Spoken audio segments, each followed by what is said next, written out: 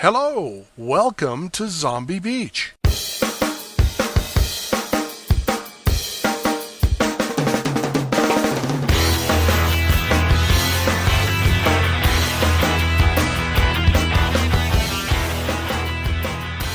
Oh, great. Well, there you go.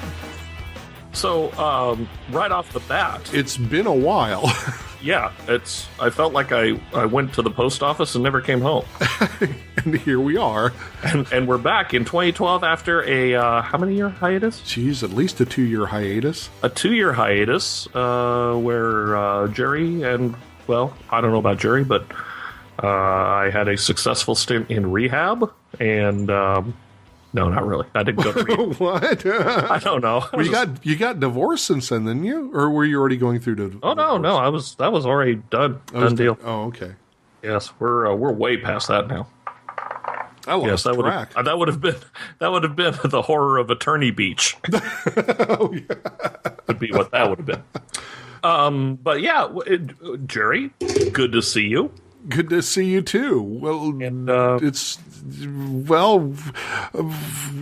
for anybody who just might be tuning in who used to listen to Zombie Beach before we pod faded, we actually had a different podcast called what are we going to do? Forget it. And what? Slow Death in the Afternoon podcast, which is about absinthe. Right. It's very similar to this, but just switch out absinthe for zombies. That's the only way I can think of describing it. But here we are, and we've got zombies. We do.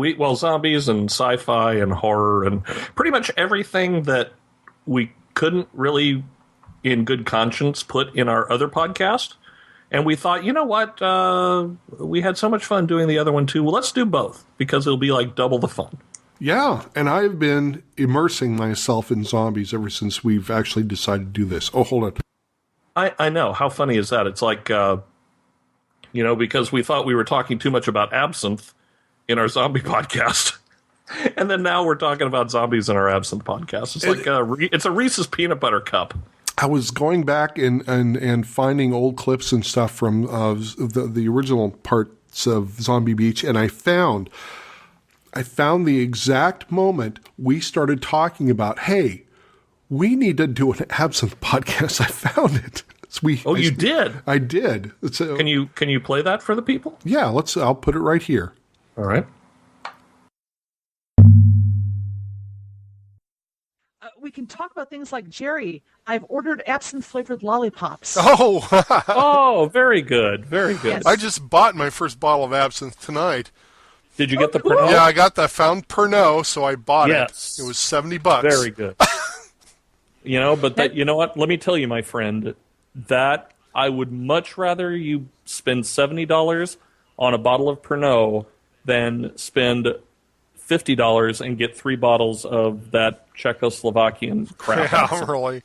Well, the funny thing is, they didn't have the spoon or the paraphernalia for burning the sugar cubes. All right. Yeah. Can I bust a myth right here now? Well, here's the thing, though. Then I get home and I think to myself, geez, I could have gone to the kitchen appliance part of Walmart and found something that would have worked. But True. Anyway, so bust the myth. Let me bust the myth of the burning sugar cube thing. Okay. That's a Czechoslovakian ritual. Uh-huh. That is actually and I don't look down on it because I'll do it once in a while for friends who come over and who have never had absinthe because it's just fun to light shit on fire. But it's actually looked down upon in the absinthe industry as being a novice part of the ritual. Well, good. I'm glad you told me that. So how am I supposed to drink it then? The best way to do it is put it in a glass. You put your spoon over the glass with a sugar cube, and you slowly drizzle ice water over the sugar cube until it melts and dissolves into the absinthe, and then you stir it up with a spoon and then sip and enjoy. Oh, okay. All right. So that is the traditional way of doing it. Or if you want to kick it up a notch, you get yourself a little absinthe fountain, which they're actually around more now that it's legalized, but And you just sit there and you pour your absinthe, put your spoon and your sugar, and you just kind of let it do like Chinese water torture over the sugar cube.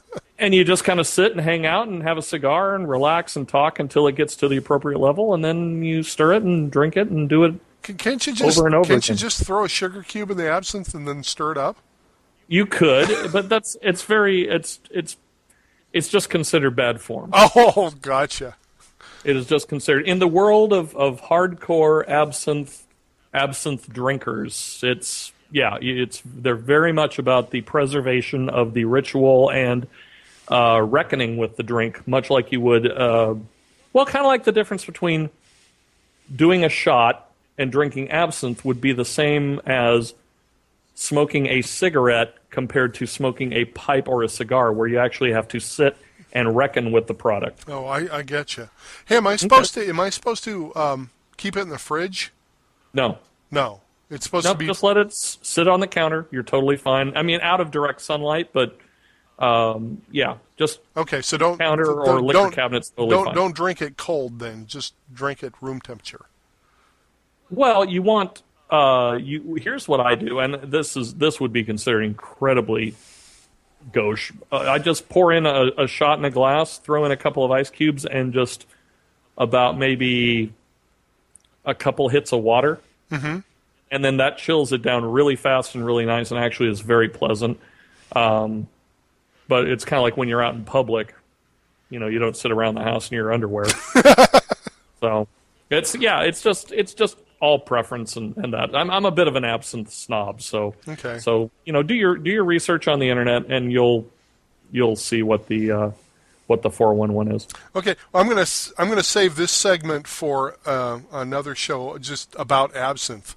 And Perfect. I would love to do what that. I'll do is and we'll like save this as a segment, and then I'll be like drinking as we record. Yes. And then I think we should drink it and get absolutely hammered. Okay. I think we should just start drinking, and we'll just record segments. Like, here we are after glass number 1. Okay. And we'll record a segment. Then we'll just drink. We'll drink our second glass and start recording. Then our third. Then our fourth. We should probably stop at glass 5. Well, I've heard don't go past 3. Well, you're a big guy like me, and it's like you would probably be able to handle 5 glasses. I don't want to. Oh, the things you'll see, Jerry. I'll tell you what. I had one in Helsinki, and that was enough. My whole head went numb. Yeah, but I had some great ideas the next day. My imagination was just like firing like skyrockets. It was amazing. Well, welcome to the Bohemian drink, my friend. I loved it. And there you go. You witnessed. This is kind of like that photo of the Beatles right before they took a walk across Abbey Road. That was that moment right there. Yeah. So that's why we went and did an absinthe podcast and let this one slide. But let's jump in and do zombie stuff, because I'm afraid people are like tuning in to hear about zombies and we're not talking about them. Right. Well, let me just say this first and foremost. Okay. Number 1, I am so excited for the second half of the Walking Dead season coming up in February. Oh, yeah. So you're all caught up, right? I'm all caught up. It was really intense. Yes, good heavens. I am so excited that there is finally some decent horror on network TV. Now, that and American Horror Story. Have you seen any of that yet? Haven't seen it, but I do plan on seeing it. And yeah, you need to download it or torrent it or something, but because it's on. We have all sorts of legal ways of doing it, and I have iTunes and Netflix and all right, and not that I've and Vudu and Hulu and yeah. So whatever we're all do. set up. One thing that's different now than when we were on the podcast before, right, is I have my younger daughter living with me, and she is a zombie fanatic. Oh, wow. In fact, she was telling me a story today about how it all started, and she had watched, I think she said it was Dawn of the Dead, the original. Oh, very nice. And she loved it, but then they were out. Her and her sister and her mom were out at some shop in at the mall or something, and there was like this really creepy pale guy with like kind of tattered clothes. Ooh. And her mom leaned over and whispered, said, "Look, a zombie." And I guess it scared the bejesus out of her, and she's had this fear of zombies ever since then, but she's still fascinated by them. And so since she's always had this fascination with zombies, her last birthday, and she was living out in California with her mom and her sister, my older daughter, they hatched this plan that her and some of her cousins were going to be out in a car somewhere, and they were going to mimic the car breaking down. And so they convinced Jesse that the car had broken down at night in this prearranged place, and they had all these people who are going to be dressed as zombies come out and attack the car. Oh, good Lord. And I was like, I was telling him, that's a bad idea. You really shouldn't do that. She is really afraid of zombies. You can't do that. Well, they did it, and she loved it. Wow. So she got to actually have a zombie experience. That's pretty exciting, out in the world. Wow. So, isn't that cool? That is really cool. Now, let me ask you this. Which Dawn of the Dead did she see? Because there are two. There is the... She said the original one. Well, the original, the 19... Oh, dear. I don't know. 80-something, because they did a remake. They did actually 2 remakes. I have a feeling we're going to be watching all of them very soon. Well, you really should. If you want to get a proper zombie education. Yeah. I think that would be... We've seen some really good zombie stuff just recently. I was wondering if you've ever seen Rambach. No. It's a German movie. I think the English version of it is called Berlin Undead, and it's this lovelorn guy in this apartment complex trying to find his girlfriend he'd split up with, and he wants to return her the keys, and she's not there. And while he's there, there's these plumbers working on the place. And then a zombie outbreak happens all over the world while he's there. And then they get trapped inside this apartment complex. And the zombies, what's different about this one is the zombies are chasing them from one room to another. They're locked in the various rooms. And they break through a wall to get to another room in another apartment, and there's another zombie, and they have to blockade them out. So they're going from room to room to room to room. Oh, my God. Meanwhile, they're in contact through windows to a central courtyard to other people who are also trapped in rooms, while the courtyard is full of zombies, the world around them is full of zombies, the apartment complex is full of zombies. It's pretty intense. I would completely recommend this. It's streaming Netflix. You can get it on disc. You can get it on iTunes. You can get it on Hulu, whatever. Well, I don't know about Hulu, but Vudu. Interesting. They do have it on Vudu for rent. Yes, Wall of Hulu. Wall of Hoodoo. Which was an old 80s band. Wall of Udu. Now, so we've talked about this before, and I don't know if it's actually ever happened, but did you ever watch any of the original Night of the Living Dead, the black and white version? A long ass time ago when I was 14. I don't really remember much of it. You really do need to revisit it. We will. Specifically because we're making this podcast. My daughter and I are going to be watching all this stuff. Yeah, you need to get caught up because, honestly, the zombies have changed since 1960, what was it, 69, 68? I'm sure. The zombies has morphed and mutated. Now they're really fast, which I'm not that big of a fan of fast zombies because I kind of like the idea that they are slow and kind of shuffle around a little bit.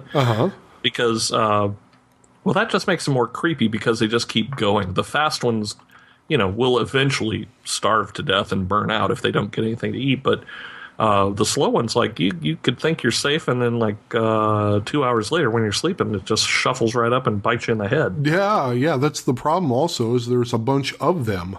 Yes. So they may be slow, but they've got moxie. Another one that I've discovered, since there's no Walking Dead for us to watch, is my daughter, who's also into anime, introduced me to this series called High School of the Dead. Oh, really? Have you seen that at all? No, I have not. It's actually really, really well done. But it's kind of like, how can I put this? I originally kind of described it as Speed Racer mixed with Walking Dead mixed with Charlie's Angels, kind of. Wow. But it's not really Speed Racer. It's more like, I don't know, just take a manga program and then you mix it up with Walking Dead. Interesting. But there's a lot of TNA in it, which is kind of uncomfortable. And I mean, it's like totally over the top. Really? Pervy TNA. And we're not talking nudity, but we're talking pervy peep shows of panties and things. Kind of like watching Megan Fox in Transform. Yeah, exactly. Okay, very good. A lot. But there's this one character, in the animation, and it's funny because I was gonna put a link to a clip from YouTube out on our Facebook, our Zombie Beach Facebook, but it was I don't know, it was just a little bit too over the top for me to put up there, and it was going to make me look bad. Because that's not why I'm watching it. I'm watching because this is actually a good story, and this other thing is kind of almost like comedy. Right. But actually, I think it is, because there's this one character, she's a nurse. There's there's a band of 7 teenagers who survived the zombie apocalypse in this high school. And, of course, the rest of the world is all gone. And I've only gotten to the 3rd episode. But her breast movements are completely augmented. And lovingly drawn, by the way, by the animators. Really? So every little jiggle is like she's got 2 huge bowls of Jell-O on the front of her. And it's almost like they show it off at every turn. There's even this one scene where she's driving this bus and she gets angry at someone behind her. She stops the bus, turns around, bends forward, and the cartoon camera angle is like from beneath her breasts as she's shouting. And so her breasts are hanging into the shot and jiggling for absolutely no reason. So... Well, the Japanese. Yes, I know. Are well known for their. I know, and this is full blown, so to speak. Yes, but anyway, you digress. Even if you completely remove that, right? It's I highly recommend it. It's fun. It's really fun. It's like a cartoon version of Walking Dead with teenagers banded together from a high school. And they're trying to find out if their parents are still alive and stuff. And it is very bloody and very anime. So, highly recommended. Well, good to know. How about you? You got any recommendations? Yeah, there's so much out there that you can watch, and there's so much that's unwatchable. It's it's kind of like digging through a pile of horse manure to find a pony. Because it really is, because there are so many. If you go on Netflix and you type in zombies, you will get a bazillion returns. I've noticed, and we're working our way through them too. Oh my gosh, and a lot of them are crap, but you really do have to go through the horrible ones. Are the horrible ones still fun though? No. Oh. A lot of them are not fun. They're it's kind of like that science fiction film you were telling me about. Oh, the Battle for Los Angeles. Right.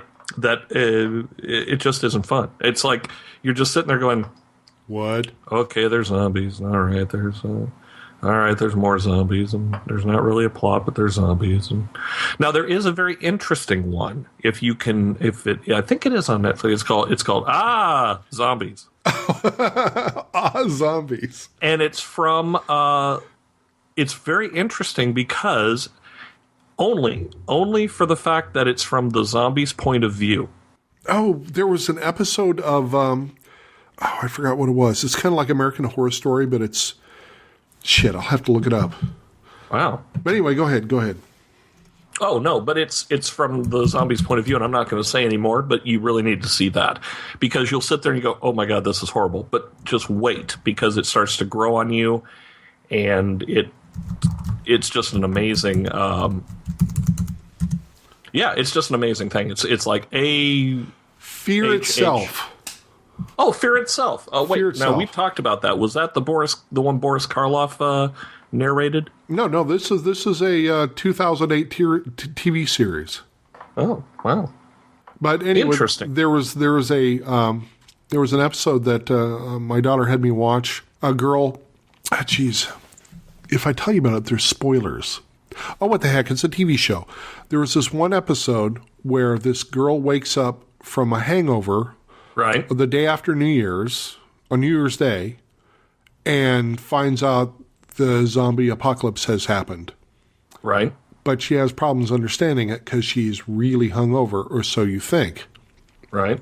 And so it goes through her trying to find boyfriends, blah, blah, blah, blah, blah. Well, it turns out at the end that she, in fact, also was a zombie.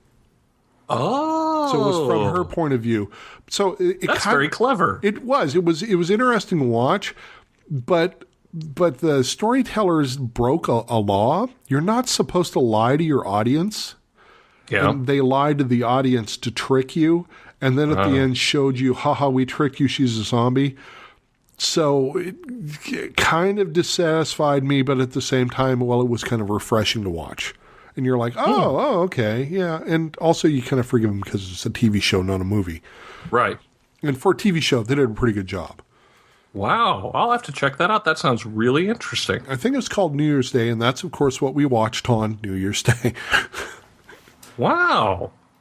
Now, see, that is intriguing to me. Yeah. And I have one other thing to cover. So I know we don't want to go too long on this one since we're newly back. But there is this news. Well, it's actually old news, but it came back to the forefront for some reason because they found out that it's more widespread than previously thought. Down in the, in the Amazon? In Brazil, there's a fungus that infects ants. And Yes. takes over their brain, kills them, takes over their brain, and then reanimates them. Yes. And controls them. And what it does is all it really does is it guides them to a place where it's favorable for the fungus to grow, and then it lets them die completely. And so they discovered that in one species of ant, and there was this big news like a year or so ago. Oh, look, zombie ants are actually real zombie ants being controlled by fungus. Well, they're finding out now it's not just this one kind of ant. It's a whole bunch of different kind of ants. And they're a little bit worried because they're like, wait a minute, how come we only saw one kind of ant and now suddenly we're seeing it in a whole bunch of different ants? Interesting. Isn't that kind of scary? That is very scary. So is it jumping to new species? Isn't that kind of scary? It could. Well, I'm thinking about the jump to humans. Then it goes to your pets. Then it goes to humans, and then we actually do have a zombie apocalypse on our hands. See, I'm telling you, everybody keeps saying, "Oh, everyone's just jumping on the zombie bandwagon because it's popular." People, please do not be fooled. Well, I personally am of the opinion that this is just to get you ready so that there's not mass chaos and, people freaking out. Here's the scariest thing about this one. Fungus is transmitted by air via their spores. Right. So this would not be like you would get bit by the zombie and you turn into a zombie. You just have to breathe on it. You just have to breathe in the spores and you're a zombie. Right. Holy crap. Yeah. Airborne zombie virus. And it's not a virus, it's a fungus. It's a fungus that takes over your brain. Yeah, that's not good. I could already see Hollywood is spinning that into story after story. We're gonna have a whole bunch of fungus controlled zombie stories within a year, I bet you. I think so. And I'm sure it's part of some alien hostile takeover. Which it usually always is. I mean, so any kind of... it just occurred to me that I wrote a story about similar similar to this. I did. Did you? I actually did. It's published in my my anthology, God, Time, Perception, and Sexy Androids. That book. What happens in that one is the chemical. I blamed humans. A chemical company was coming up with a pesticide that was an enzyme that caused these big ants that were destroying property in Arizona to eat themselves and turn into cannibals. Wow. And they tested it on all sorts of different animals, and it was all harmless. It was only going to affect these ants, and I called them Halloween ants. I made them really big and scary looking. But the problem is, when they didn't test what would happen to a bird if a bird ate it. And so what happens in the story is, as it moves up the food chain, it's able to change itself to affect what's ever eating the infected thing. So if you put this insecticide directly on a bird, it's not going to do anything to it. But if a bird eats something that's had already metabolized it, then the bird's affected. And so these people are wandering around this neighborhood, and the birds are attacking each other, and the snakes are eating each other, and the squirrels are eating each other, and people are disappearing because people are eating each other. Right. It just becomes one massive cannibal fest. Yeah, it was a cannibal fest. So they weren't exactly zombies. They had their facilities busted. They just had this uncontrollable urge to eat other people. Which is creepy on its own, just FYI. It is, isn't it? Now, there's an unplanned plug for my book. Yeah, exactly. I was going to say. And please post a link for that on the... I guess, if you don't think it's too... No, please. You keep telling me that. I'm telling you no. Go. Okay, all right. I'll do it. Do it today. I'll do it. I'll hold myself out. Okay. All right. Whore yourself out, my friend. Do not feel sad by the whorishness therein. Embrace it. Okay, Papa Dan.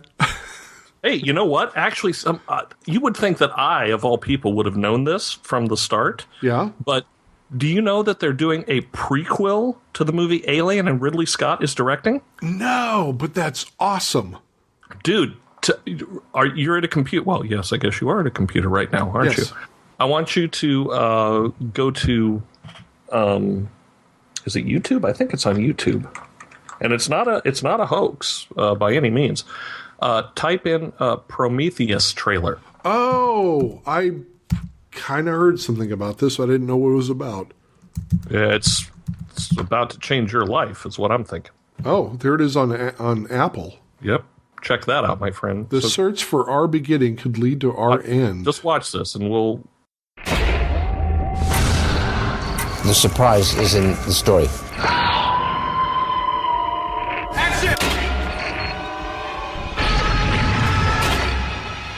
It's all about everything.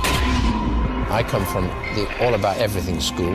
Some good thinking, some great narrative, good dialogue, and therefore terrific actors.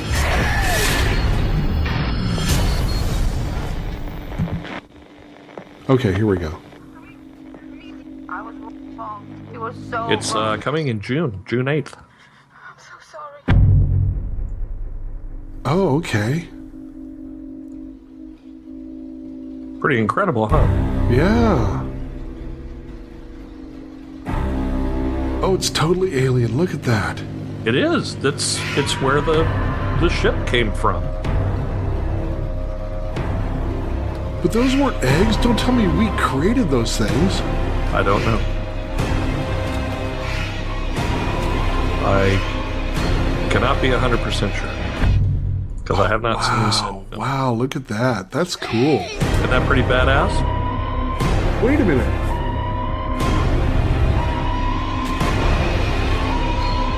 Oh, yes. I can swear I just saw, what's her name? Sigourney Weaver? It looked like Sigourney Weaver. I wonder if they just found a younger version of her. I would imagine so. But wait a minute. Why would she even be in that? Oh, because she's probably under contract. Because Alien, I swear to God, do you remember the first time you saw Alien? Oh, yeah. It about put me off my oats for a while. I saw the trailer for it, and I'm like, God, my God, I have to see this. and I was doing something down in LA, and I got a traffic ticket.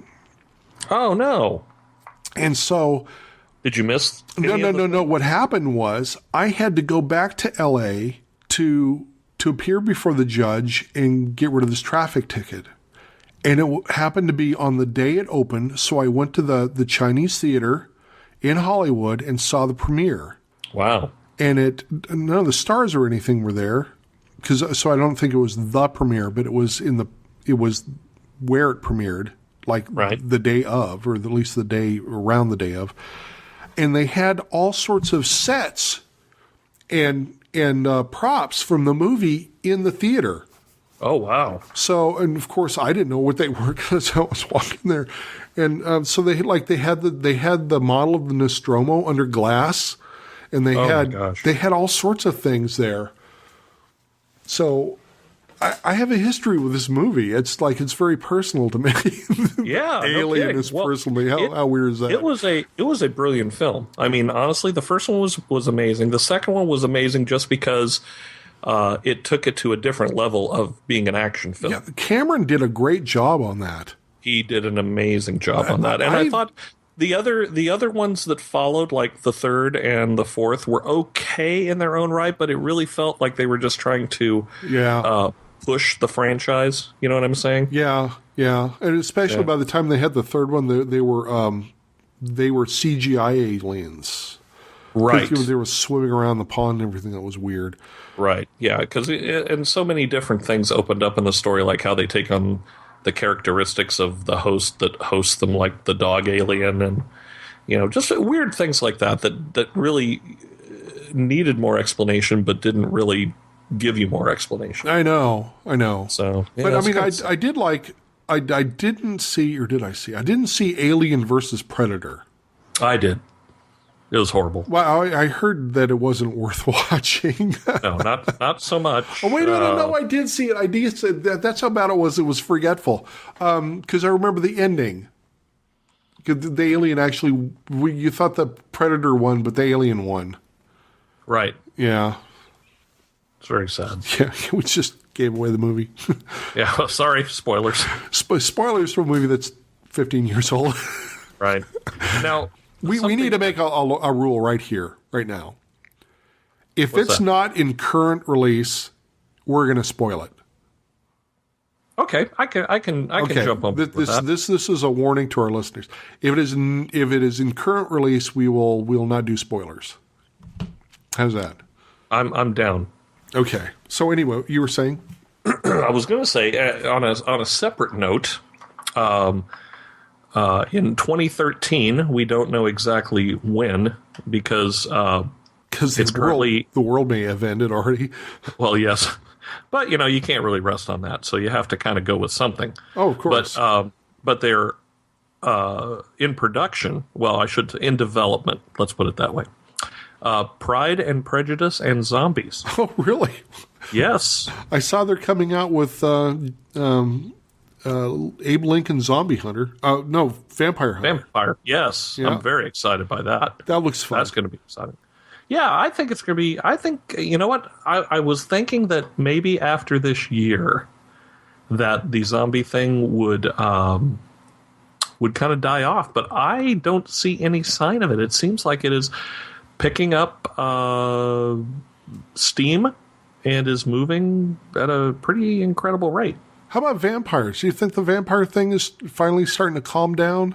Yes, I think that with the end of the Twilight saga, they've got one more film left in them, and then the vampire thing I think will be... well, you know what? I take that back because they're doing another Underworld film.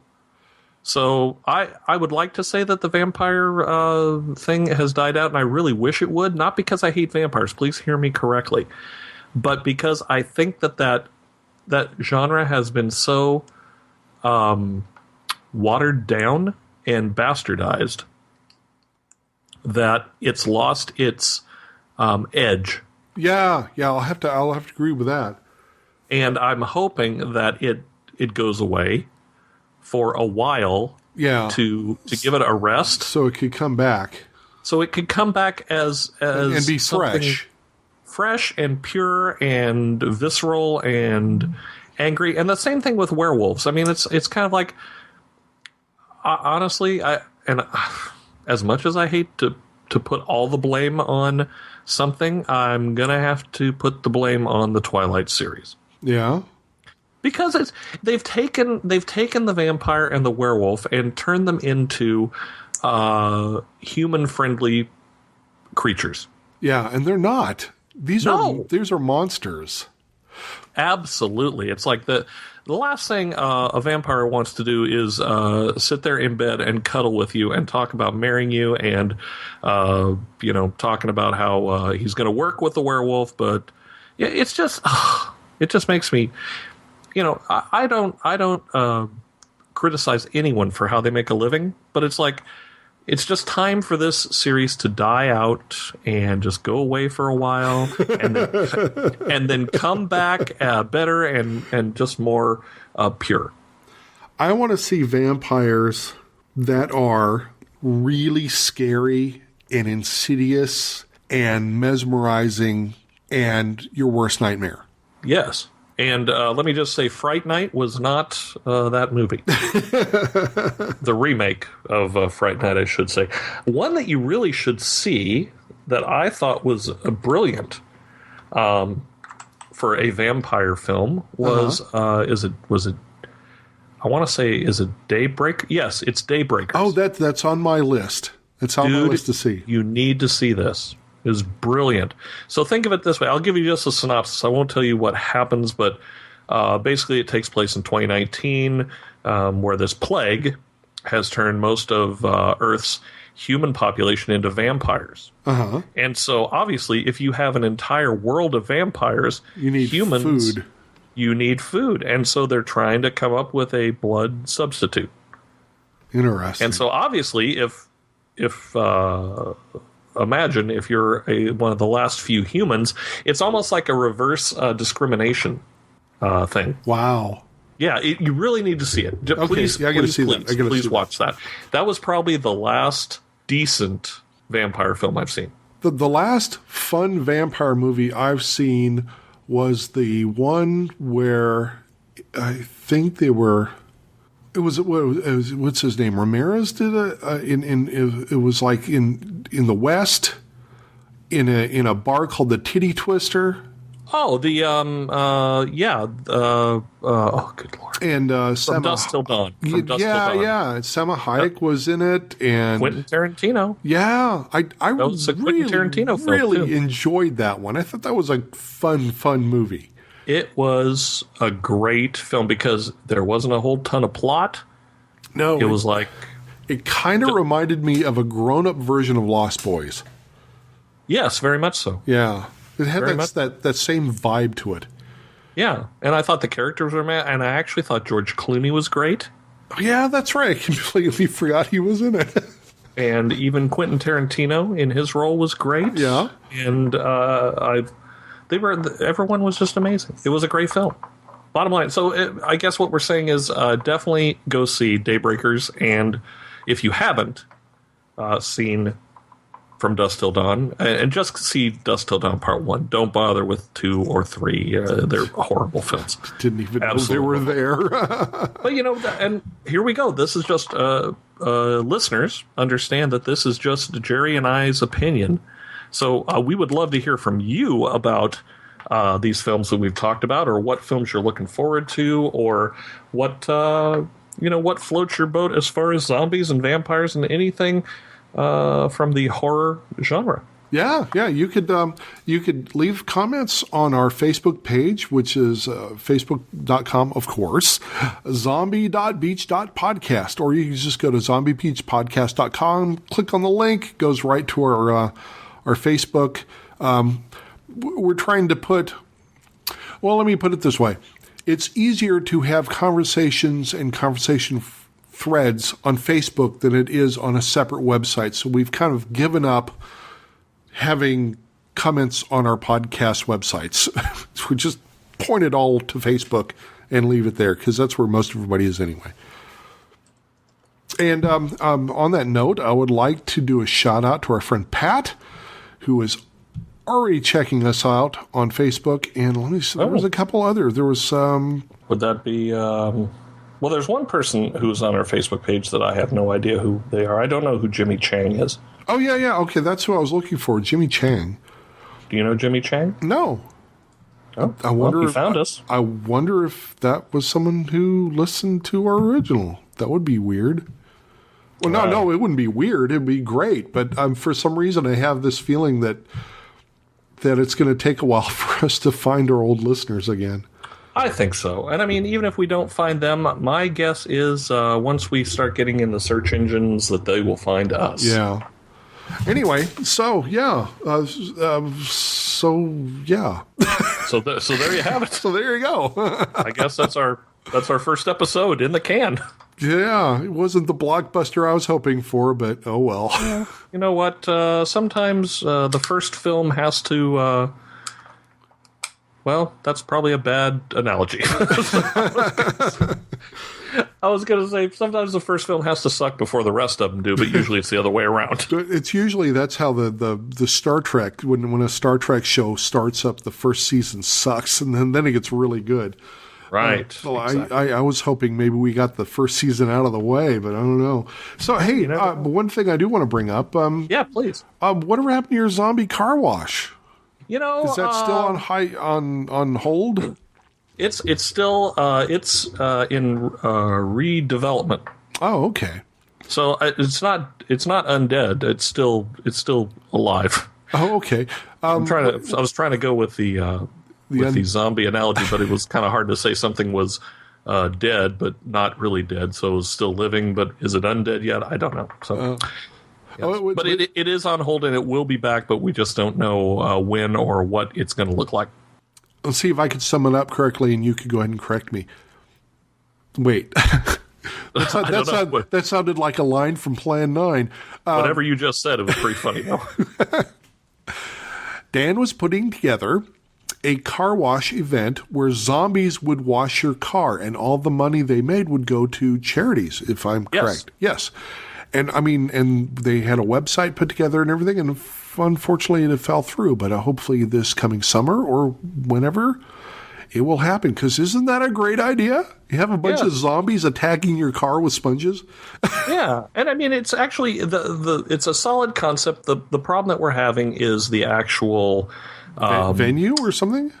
Well, venue, more logistics. It's actually the logistics of it because. You know, we were thinking about like doing our own car wash, like on a corner, like at a gas station or something like that. But it's kind of grown to the point to where it's more of a production. So we were thinking about teaming up with a car wash.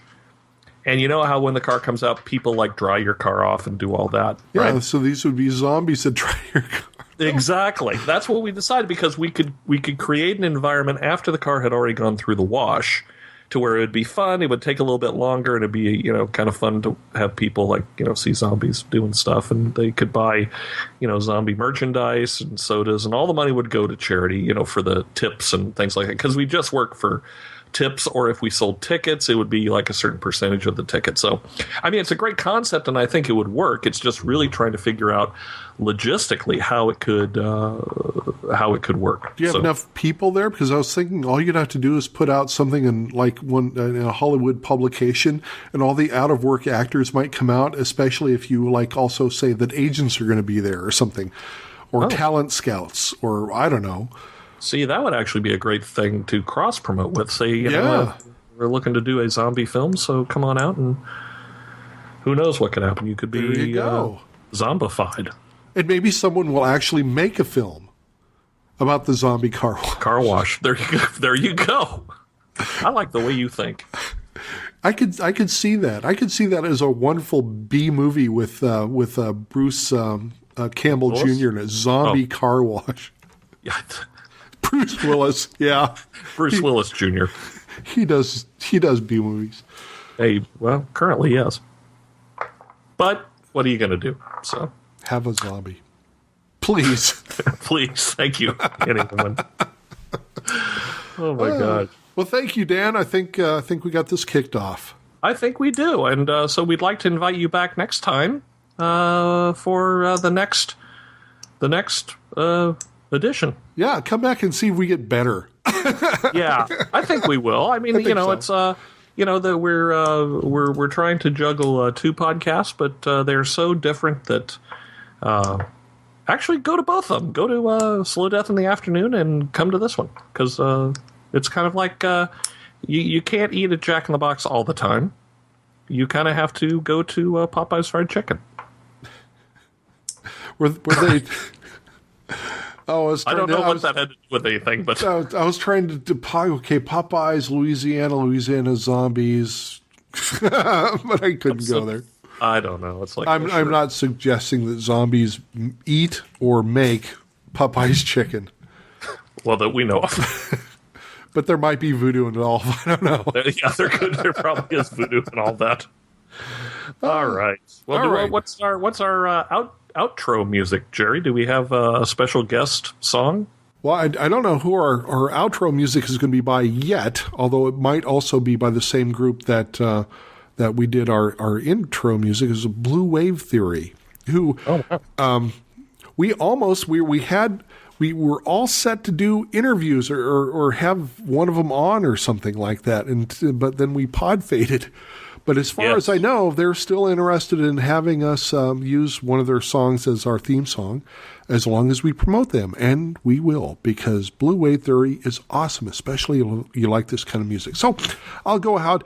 I'll put Gumby Goes Green is one of their songs. I'll put that as the outro. There you go. Well, and you know what, too? Actually, in an upcoming episode, this is kind of like stay tuned. Yeah. To Zombie Beach podcast, because we will have an interview with a real live, it's kind of funny to say that, a real live embalmer. I think you're going to say zombie. A real live zombie. He could be. I don't know. I'll have to check with him. He loves horror films, and he actually is an undertaker. Oh, old friend of mine who's he's very, very funny, and I think we'll have a good conversation with him. So I need to hook up with him and see what. I don't know. What do you mean? You don't want to talk to an undertaker? I don't like those undertakers. Oh, here it comes. Say it with me.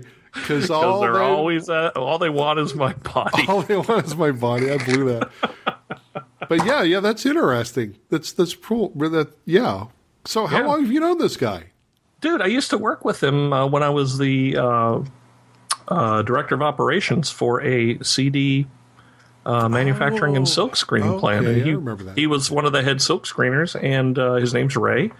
And he was always into heavy metal, and he was just kind of getting tired of, kind of a part-time job, and wanted to do something more full-time, and decided to go back to school to be an embalmer. And he's very successul.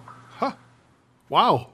Yeah, I know. Well, that's a leap. I'd love to find out how how that transition happened. Yeah, that's going to be interesting. Because maybe that's something I want to do. Maybe I should be an embalmer. I don't think I would, but there you go. Yeah, it's probably too grave of a career for me. Thank you. People are dying to get into that profession. Thank you. And on that note, Jerry, cue the freaking music, will you please? Right. Goodbye. Goodbye. Oh, that's funny.